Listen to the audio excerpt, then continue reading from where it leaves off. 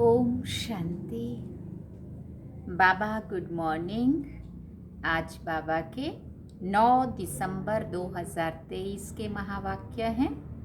बाबा ने सार में कहा, मीठे बच्चे, एक बाप के साथ सच्ची मोहब्बत हो तो बाप तुम्हें अपने साथ घर ले जाएंगे, सब पापों से मुक्त कर देंगे, स्वर्ग का मालिक बना देंगे।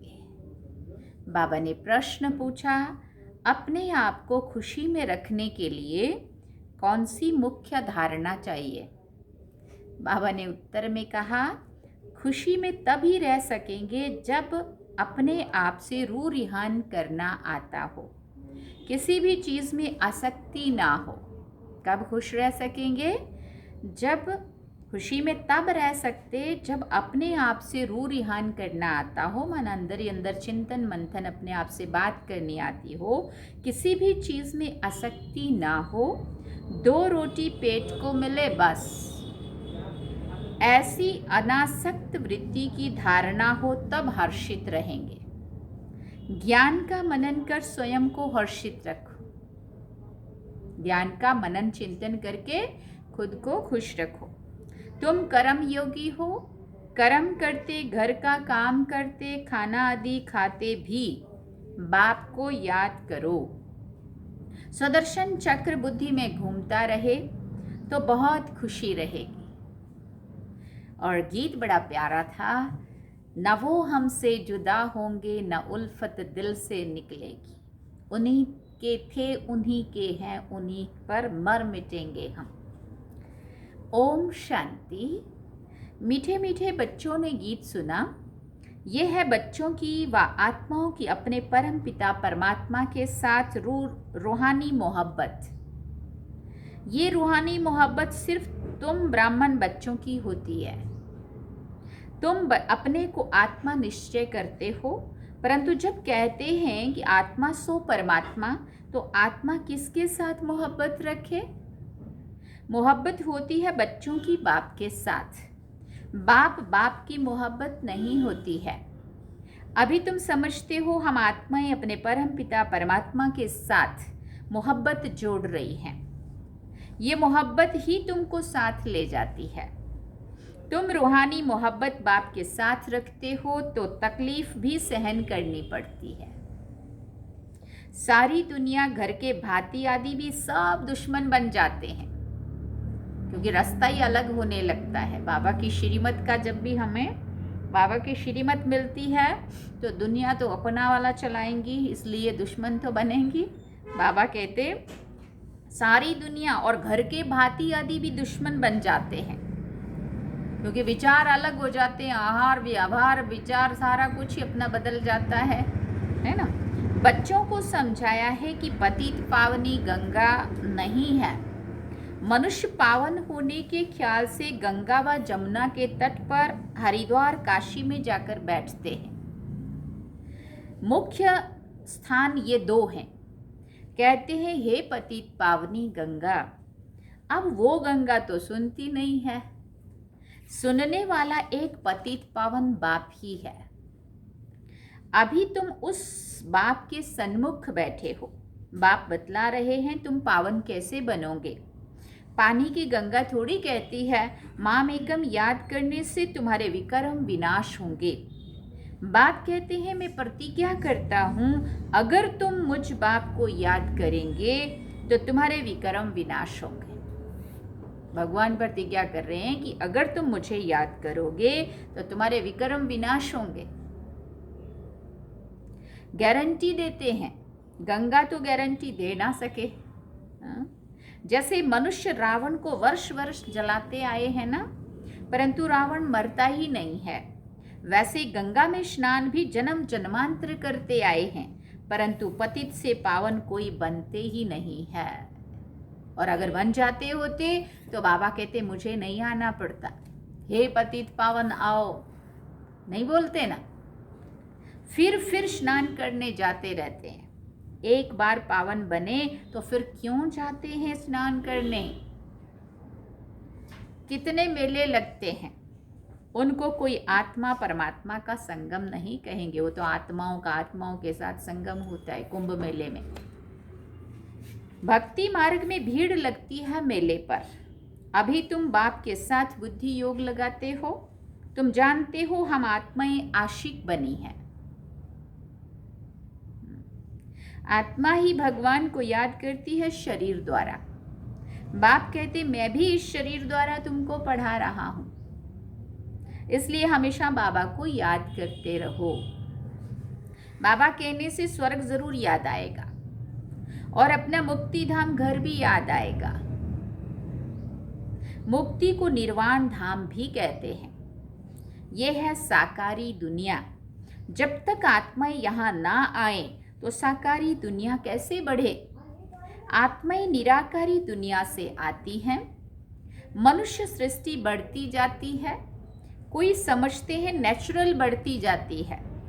तुम जानते हो आत्माएं यहाँ से आती हैं, वृद्धि को पाती रहती हैं।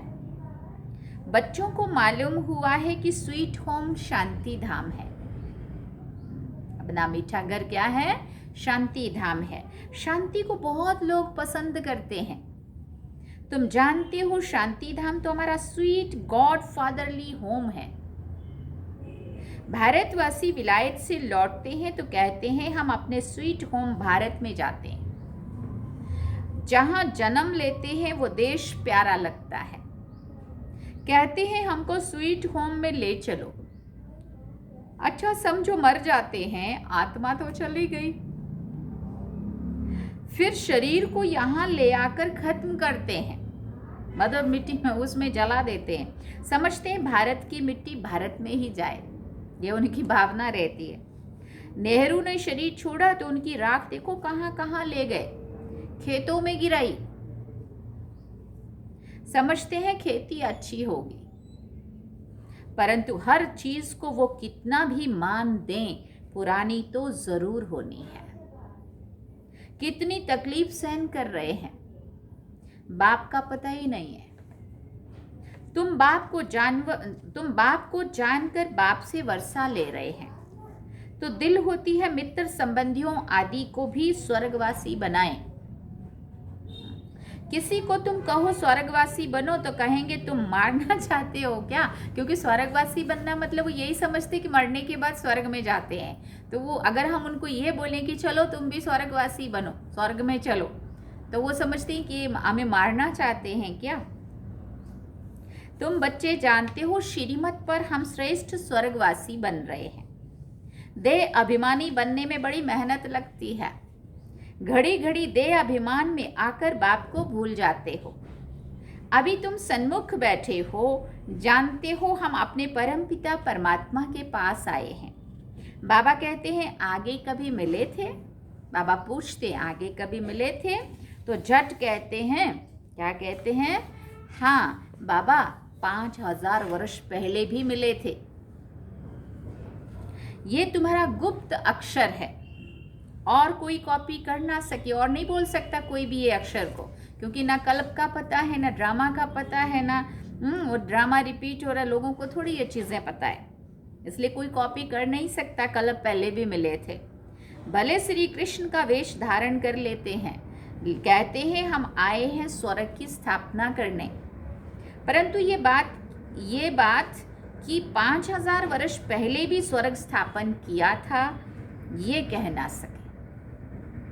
तुम कहते हो बाबा 5000 वर्ष पहले हम आपसे वर्षा लेने आए थे, आपने राजयोग सिखाया था। ये आत्मा कहती है इस शरीर द्वारा अपने को आत्मा निश्चय कर और बाप को याद करना है। इसमें सर्वव्यापी की तो बात ही नहीं है। ये भी नहीं समझते कि ब्रह्मा जरूर साकार में होना चाहिए, जिस द्वारा परमपिता परमात्मा सृष्टि रचते हैं। पतित पावन बाप आकर 100 देवी देवता पावन बनाते हैं। बाप ही स्वर्ग का रचयिता है, तो जरूर स्वर्ग में मनुष्य होने चाहिए। बाबा आकर तुम्हें स्वर्ग का द्वार बताते हैं। तुम कोशिश करते हो हम नरकवासी को स्वर्गवासी बनाएं। कोई बड़े आदमी को सीधा कहो कि तुम पतित नरकवासी हो तो कितना बिगड़ पड़ेंगे। वो बोलेंगे साइंस ने इतनी तरक्की कर ली, नए नए सुख के साधन इतने सारे हो गए, और ये कहते हैं कि अभी तुम नरक में हो तो बिगड़ पड़ेंगे।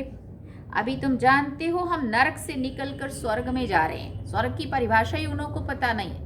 स्वर्ग माने जहाँ संपूर्ण सभी प्रकार का सुख हो, तन का, मन का, धन का, जन का, चारों प्रकार का, और यहाँ तो वो कहीं दिखता नहीं है। और अगर हम ऐसा बोलें कि तुम नरकवासी हो तो बिल्कुल बिगड़ पड़ेंगे। बाबा कहते अभी हम संगमवासी हैं, हम आत्माएं अब जा रही हैं इस शरीर को छोड़ बाबा के साथ, बाबा के घर। ये है तुम्हारी रूहानी यात्रा। बाबा की याद में रहना है।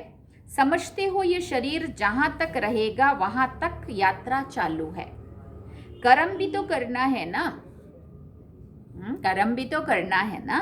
भले खाओ पियो खाना पकाओ, जो भी कर्म करो, जितना समय मिले बाप को याद जरूर करना है। दफ्तर में बैठते हो, देखो फुर्सत है तो बाबा की याद में बैठ जाओ, है ना। ऐसा तो है नहीं कि 8 घंटा 12 घंटा ड्यूटी है तो 12 ही घंटा हम लगे हुए ही रहते हैं वहाँ। थोड़ा भी 2 मिनट 5 मिनट 1 मिनट बीच बीच में तो बैठते हैं ना, जैसे तो बाबा को याद कर लो। बहुत कमाई है। बाबा कहते ट्रेन में सफ़र करते हो उस समय तो कोई काम नहीं रहता है, बैठे हुए बाबा को याद करते रहो, कितना बढ़िया मौका है। अभी हम बाबा के पास जाते हैं। बाबा परम धाम से हमको लेने आया हुआ है। अच्छा, शाम को घर का खाना आदि पकाते हो तो भी 1-2 को याद दिलाओ। आओ हम अपने बाप की याद में बैठें। ऐसे 1-2 को याद दिलाना चाहिए। पॉइंट भी 1-2 को सुनाओ। जो भी हम बाबा की मुरली सुनते हैं, ज्ञान का चिंतन मंथन जो भी अंदर चलता है, एक दूसरे से शेयर करो, एक दूसरे को याद दिलाओ। हाँ, इधर उधर की बातें याद करेंगे कराएंगे तो अवस्था डाउन होती है, और अगर बाबा की बात याद करेंगे और दूसरों को कराएंगे तो हमारी अवस्था अच्छी बनेगी। हम स्वदर्शन चक्रधारी हैं। बाबा कहते हैं तुम लाइट हाउस भी हो, रास्ता बतलाते हो, उठते बैठते चलते तुम लाइट हाउस हो। एक आंख में मुक्ति, एक आंख में जीवन मुक्ति। स्वर्ग यहाँ था, अभी नहीं है, अब तो नरक है। बाबा फिर से स्वर्ग स्थापन कर रहे हैं। बाबा कहते हैं हम तुमको बहुत गुलगुल बनाते हैं, फिर तुम जाकर महारानी पटरानी बनेंगे।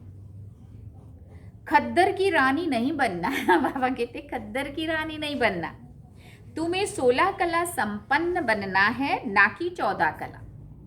श्री कृष्ण 16 कला था। तुम बच्चियां कितने व्रत नेम आदि रखती थी, 7 रोज निर्जल रहती थी, कितनी मेहनत करती थी, परंतु श्री कृष्णपुरी में जा ना सके। अभी तुम श्री कृष्णपुरी में, स्वर्ग में प्रैक्टिकल जाने के लिए पुरुषार्थ कर रहे हो।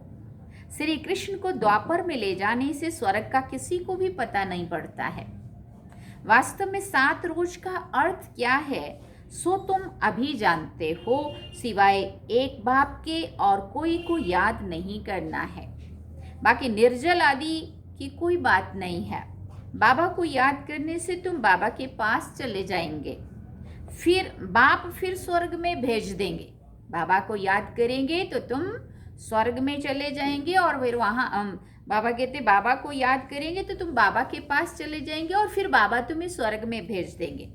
व्रत नेम रख तुम कितने दिन भूखे मरते हो, जन्म बाई जन्म कितनी मेहनत करते हो। देखो तो द्वापर युग से जब से भी भक्ति शुरू हुई तब से लेके अभी तक कितनी जन्म जन्मांतर, कितनी जप किया, तप किया, दान किया, तीर्थ किया, क्या क्या धक्का खाया, कहाँ कहाँ जागरण किया, कितने उपवास रखे, क्या क्या नहीं किया, कितने गुरु किए। बाबा कहते माथा टेक टेक के तो टिप्पण घिस गए। हाँ, तो कितनी मेहनत करते हो, प्राप्ति कुछ भी नहीं हुई। अभी तुमको उनसे छुड़ाए सदगति मार्ग में ले जाते हैं। तुम कहते हो बाबा कल्प पहले भी हम आपसे मिले थे स्वर्ग का वर्षा लेने। बाबा कहते हैं कदम कदम पर राय लेते रहो, सब हिसाब किताब पूछो।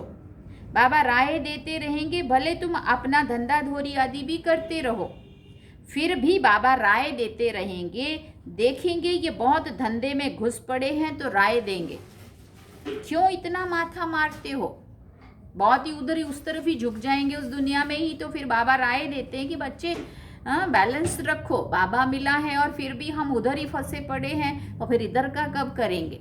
इसलिए फिर बाबा कहते हैं कि तुम इतना माथा वहां क्यों मार रहे हो, अपना भी तो पुरुषार्थ करो।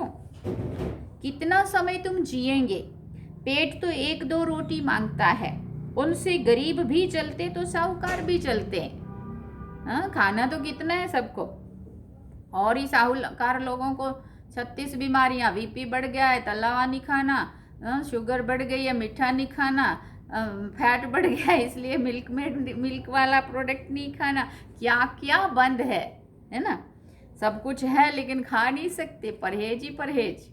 बाबा कहते साहूकार लोग अच्छी रीति खाते हैं फिर भी रोगी बनते हैं, फिर रोगी भी बनते। भील लोग देखो कितने मजबूत रहते हैं और खाते क्या हैं, कितना काम करते हैं, हार्ड वर्कर कितने होते हैं वो, और खाते देखना उनकी। वो हम लोगों के एरिया में भील लोग रहते हैं, जहाँ पे हम लोग रहते हैं ना, आदिवासी एरिया, भील लोग उनको आदिवासियों को ही बोलते हैं। तो रोटी, मक्की की रोटी और मिर्ची और उसमें कुछ नमक डालते हैं और तेल डाल के घोल के खा लेते हैं रोटी, नमक मिर्ची के साथ रोटी। कोई बहुत सारी सब्जियां भी नहीं होती है, और मजदूरी इतना हार्ड वर्क करते हैं। और देखो तो हमारे में जान नहीं होती, उनमें इतना जोर जान होती है। तो बाबा कहते देखो कि खाते क्या है और करते काम कितना करते हैं। अपनी कुटिया में वो खुश रहते हैं, झोंपड़ियाँ, घर भी उनके कोई सही से बने हुए नहीं होते, हमने देखा है गांव में जा जाके। तो इस समय तुम्हें और सब आशाएं छोड़ देनी चाहिए। अमीर लोग हैं वो चांदी के पलंग में भी नींद नहीं कर पा रहे हैं, टेंशन की वजह से गोलियां खा के सोते हैं। बढ़िया चादर, एसी का रूम और मस्त सब कुछ, पलंग फर्स्ट क्लास, लेकिन नींद नहीं है तो क्या काम का है वो। और वो बेचारे झोंपड़ी में जहाँ तहाँ पड़े हैं, लेकिन उसमें भी खूब खराटे मार के सोते हैं, है ना। सुबह से काम में लग जाते, थक जाते हैं, रोटी, सूखी रोटी और कुछ जो भी कुछ नमक मिर्ची के साथ खाया, और सब्जी मिल गई तो भी ठीक, नहीं मिल गई तो भी ठीक। इतने इतने तो पाउच में तेल खरीदने जाते हैं, अनाज खरीदने जाते हैं वो लोग, है ना। और दूध तो उनके वहाँ होता ही नहीं, होता है तो उसको बेच देते। गरीबी के कारण वो दूध भी खुद के लिए नहीं रखते हैं वो लोग, हमारा खुद का देखा हुआ है, हम जाते रहते हैं। तो बाबा कहते इस समय तुम्हें और सब आशाएं छोड़ देनी है। 2 रोटी मिले, पेट भरा, बस बाप को याद करना है। तुम हो रूहानी बच्चे, परमपिता परमात्मा माशूक के आशिक बने हो। जितना बाबा को याद करेंगे उतना विक्रम विनाश होंगे, और जिसको याद करते हो उनसे जाकर मिलेंगे। कई चाहते हैं साक्षात्कार हो, ये हो। बाबा कहते हैं घर बैठे भी तुमको हो सकता है। शिव बाबा को याद करने से तुमको वैकुंठ का साक्षात्कार होगा, श्री कृष्णपुरी देखेंगे। यहाँ तो बाबा तुमको वैकुंठ का मालिक बना देंगे। सिर्फ साक्षात्कार की बात नहीं है, मेरे को याद करो क्योंकि मैं आया हूँ तुमको ले जाने के लिए। शिव बाबा को याद करना है, वही श्री कृष्णपुरी का मालिक बनाने वाला है। श्री कृष्ण तो नहीं बनाएंगे। शिव बाबा को याद करने से तुमको वैकुंठ की बादशाही मिलती है। अब वो परम धाम से आया हुआ है, जरूर आए हैं तब तो मंदिर यादगार बना है ना। शिव का मंदिर है, शिव जयंती भी मनाते हैं ना। परंतु वो भारत में कैसे आते हैं ये किसी को भी पता नहीं है। श्री कृष्ण के तन में तो नहीं आते हैं। श्री कृष्ण होता ही है सतयुग में। शिव का बड़ा भारी मंदिर है, श्री कृष्ण का इतना बड़ा नहीं है। सोमनाथ का मंदिर कितना बड़ा है। श्री कृष्ण के मंदिर में राधे कृष्ण को बहुत गहने दिखाते हैं। शिव के मंदिर में कभी गहने नहीं देखेंगे। कितना सजाते श्री कृष्ण की मूर्ति को। और शिव जी का मंदिर सिंपल होगा, और नीचे जलहरी लगी हुई और काला सा एक पत्थर लगा देंगे, शिवलिंग, बस। और बाबा कहते अब वो शिव बाबा तो बड़े महलों में रहता नहीं है, रहता है श्री कृष्ण। वो सतयुगी श्री कृष्ण, इसलिए उसको उतना सुंदर सजाते हैं, डेकोरेशन बाहर भी मंदिर की भी करते हैं और उसको खुद को भी सजाते हैं। और शिव बाबा तो रहता है परम धाम में, वहाँ सुंदर सजने की बात ही नहीं, और दे ही नहीं है तो दे को सजाएं। बाबा ने कहा रहता है श्री कृष्ण, हाँ महलों में, बड़े से बड़े महलों में रहता है श्री कृष्ण। बाबा कहते मैं तो महलों में रहता ही नहीं हूँ, परंतु भक्ति मार्ग में कितना बड़ा आलीशान हीरे जवाहरों का मंदिर बनाया है, जिनको शिव बाबा द्वारा स्वर्ग का वर्षा मिला है, उन्होंने फिर उनका मंदिर इतना ऊंचा बनाया है। बाबा के द्वारा श्री कृष्ण की आत्मा 16 कला संपूर्ण बनी और श्री कृष्ण की आत्मा ने फिर शिव बाबा को हीरे का शिवलिंग, सोमनाथ का जो मंदिर बना था, हीरे का शिवलिंग बनाया था बाबा ने। यादगार के लिए कितना बड़ा मंदिर बनाया है, तो वो खुद कितने कितने ना साहूकार होंगे, मंदिर बहुत अच्छा बनाते हैं। बॉम्बे में बबरीनाथ में भी शिव का मंदिर है, लक्ष्मी नारायण का माधव बाग में है। बाबा कहते हैं हम तुमको स्वर्ग का मालिक बनाते हैं, तो भक्ति मार्ग में तुम कितना भारी मंदिर बनाते हो, और अभी देखो कैसी झोंपड़ी में बैठा हूं, तुम्हारा भी नाम बाला होना है। फिर बाबा कहते तुम्हारा भी नाम बाला होना है, तुम जानते हो हमारा फिर मंदिर बनेगा। हमारे बाप शिव के भी बहुत मंदिर हैं, कमाल है। जिन्होंने सोमनाथ का मंदिर बनाया था वो कितने धनवान होंगे। अभी तो कितना गुप्त हूं, कोई को पता ही नहीं है। तुम जान गए हो फिर कैसे शिव बाबा का मंदिर बनाना पड़ेगा। भक्ति मार्ग में आएंगे मम्मा बाबा जो पहले नंबर में पूज्य बनते हैं, वैकुंठ के मालिक बनते हैं, फिर पहले पुजारी बन मंदिर भी उनको ही बनाना है। तो दिल में कहेंगे ना कि हम ही पुजारी बन मंदिर बनाएंगे, हाँ, क्योंकि अभी वो सारी नॉलेज है ना कि भक्ति मार्ग में फिर जब हम जा करके वो बनेंगे बड़े बड़े राजा महाराजा, तो हम ही वो सारे मंदिर भी बनाएंगे। ऐसी ऐसी बातों में रमन करने से फिर ये पुरानी दुनिया भूल जाएगी। आपस में भी ऐसी ऐसी बातें करनी चाहिए तो तुमको खुशी बहुत रहेगी।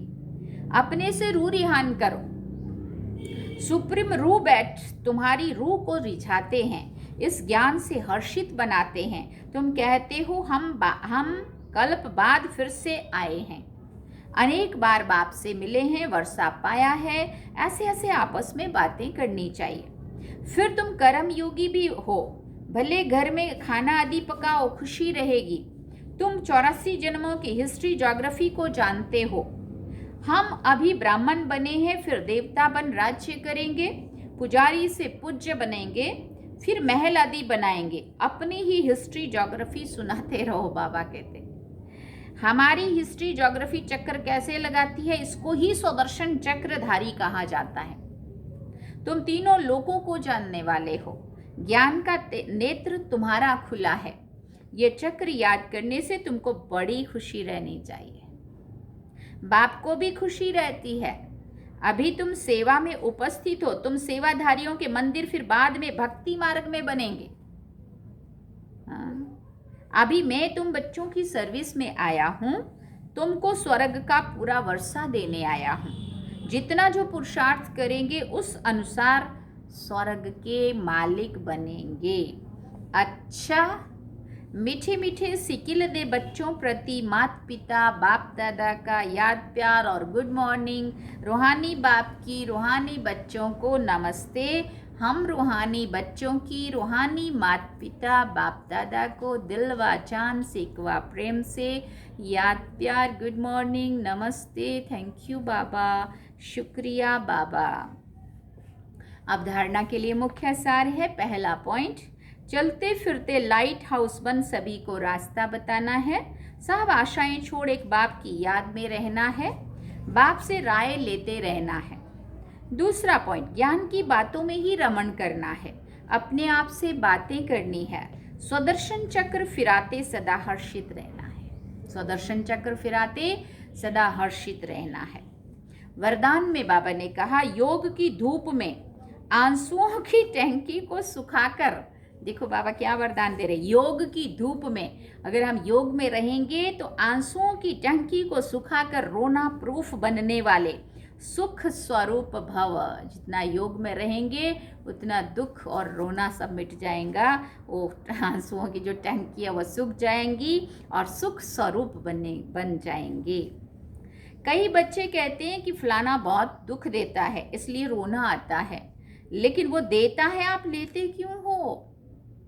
कितनी बड़ी बात है ये कि अगर कोई दूसरा दुख दे रहा है, इसका मतलब रिमोट उसके हाथ में है हमारे को दुखी करने का। लेकिन बाबा ने कहा तुम लेते क्यों हो? वो देता है तो तुम ईमानदारी से लेते हो। उनका काम है देना, आप लो ही नहीं। कितनी बड़ी बात है। परमात्मा के बच्चे कभी रो नहीं सकते, रोना बंद। ना आंखों का रोना, ना मन का रोना। जहां खुशी होगी वहां रोना नहीं होगा। खुशी व प्यार के आंसू को रोना नहीं कहा जाता। तो योग की धूप में आंसुओं की टंकी को सुखा दो। विघ्नों को खेल समझो तो सुख स्वरूप बन जाएंगे। स्लोगन में बाबा ने कहा, साक्षी रहकर पार्ट बजाने का अभ्यास हो तो टेंशन से परे स्वतः ही अटेंशन में रहेंगे। साक्षी रहकर पार्ट बजाने का अभ्यास हो तो टेंशन से परे स्वतः अटेंशन में रहेंगे। अच्छा, ओम शांति। सार में बाबा ने कहा, मीठे बच्चे, एक बाप के साथ सच्ची मोहब्बत हो तो बाप तुम्हें अपने साथ घर ले जाएंगे, सब पापों से मुक्त कर देंगे, स्वर्ग का मालिक बना देंगे। और गीत बड़ा प्यारा सा था जो हम सब ने सुना, न वो हमसे जुदा होंगे, न उल्फत दिल से निकलेगी। तो अभी चलते हैं हम बाबा की याद में। ओम शांति।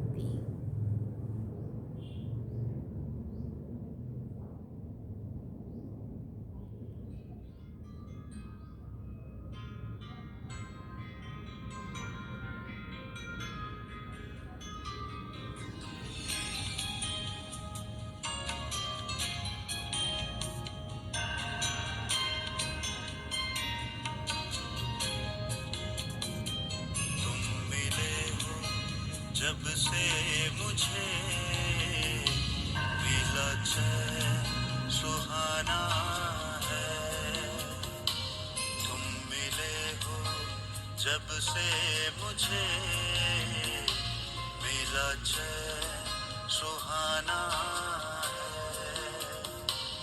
जीवन का हर पल अब संग तेरे बिताना